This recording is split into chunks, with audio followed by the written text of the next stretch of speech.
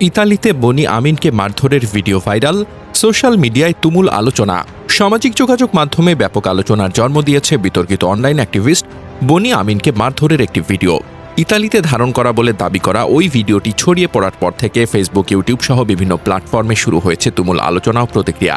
Viral ভিডিওতে দেখা যায়, প্রথমে কয়েকজন যুবকের সঙ্গে বনি আমিনের তর্ক বিতর্ক শুরু হয়। এক পর্যায়ে পরিস্থিতি দ্রুত উত্তপ্ত হয়ে ওঠে। উপস্থিত কয়েকজনকে বনি আমিনকে উদ্দেশ্য করে বিভিন্ন কটূক্তি করতে এবং দেশদ্রোহী বলে চিৎকার করতেও শোনা যায়। তবে ভিডিওতে ঠিক কী কারণে এই সংঘর্ষের সূত্রপাত হয়েছিল সেটি স্পষ্টভাবে বোঝা যায় না। ভিডিওর পরবর্তী অংশে দেখা যায়, পরিস্থিতি নিয়ন্ত্রণের বাইরে চলে গেলে বনি আমিন দ্রুত সেখান থেকে সরে যাওয়ার চেষ্টা করেন। তিনি দৌড়ে পালাতে শুরু করলে কয়েকজন যুবক তার পিছু নেন। কিছু দূর যাওয়ার পর তাকে ধরে আবারও মারধর করা হয়। ভিডিওতে আরও দেখা যায়, এক পর্যায়ে বনি আমিন মাটিতে পড়ে গেলে তাকে ঘিরে কয়েকজন ব্যক্তি লাঠি ও ঘুষি মারতে থাকেন। আশপাশে উপস্থিত অন্যদের চিৎকার চেঁচামেচিও শোনা যায়। পুরো ঘটনাটি মোবাইল ফোনে ধারণ করা হয় এবং পরে সেটি সামাজিক যোগাযোগ মাধ্যমে দ্রুত ছড়িয়ে পড়ে। তবে ভিডিওটি আংশিক হওয়ায় সংঘর্ষের আগে কী ঘটেছিল, কারা প্রথম উত্তেজনা সৃষ্টি করেছিল কিংবা পুরো ঘটনার পেছনে কি কারণ ছিল, এসব বিষয় ভিডিও থেকে নিশ্চিতভাবে জানা যায় না। ভিডিও ভাইরাল হওয়ার পর সামাজিক যোগাযোগ মাধ্যমে ঘটনাটি নিয়ে মিশ্র প্রতিক্রিয়া দেখা গেছে। কেউ বনি আমিনের অতীতের বিভিন্ন বক্তব্য ও কর্মকাণ্ডের সমালোচনা করে ঘটনার সঙ্গে সেগুলোকে যুক্ত করার চেষ্টা করছেন।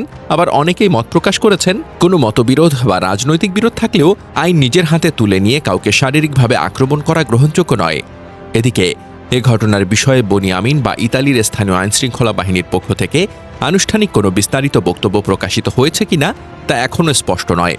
ফলে মারধরের প্রকৃত কারণ, হামলাকারীদের পরিচয় এবং ঘটনার পূর্ণাঙ্গ পটভূমি সম্পর্কে নিশ্চিত হতে আরও তথ্যের অপেক্ষা রয়েছে।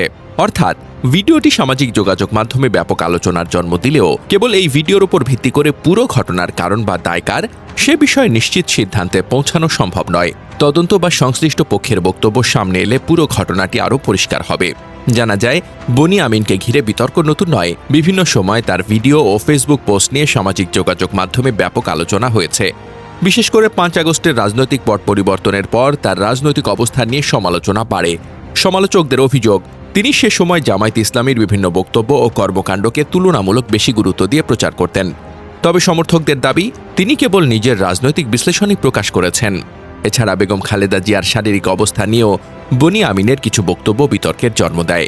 তার প্রকাশিত কিছু তথ্য ও দাবি পরে সামাজিক যোগাযোগ মাধ্যমে ব্যাপকভাবে প্রশ্নবিদ্ধ হয় এবং অনেকেই সেগুলোকে যাচাইবিহীন বা বিভ্রান্তিকর বলে সমালোচনা করেন। এ নিয়ে ফ্যাক্ট চেকিং ও সংবাদ মাধ্যমেও আলোচনা হয়। এমন আরও কয়েকটি ঘটনায় বনি আমিনের বিরুদ্ধে অভিযোগ ওঠে যে তিনি কখনো দ্রুত তথ্য প্রকাশ করতে গিয়ে পর্যাপ্ত যাচাই করেননি। এর ফলে তার সমালোচকরা তাকে দায়িত্বশীল তথ্য প্রকাশের ক্ষেত্রে প্রশ্নবিদ্ধ বলে আখ্যা দেন। অন্যদিকে তার সমর্থকদের বক্তব্য, তিনি ইচ্ছাকৃতভাবে বিভ্রান্তিকর তথ্য ছড়াননি, বরং সে সময় যেসব তথ্য তার কাছে ছিল তার ভিডিওতেই মন্তব্য করেছিলেন।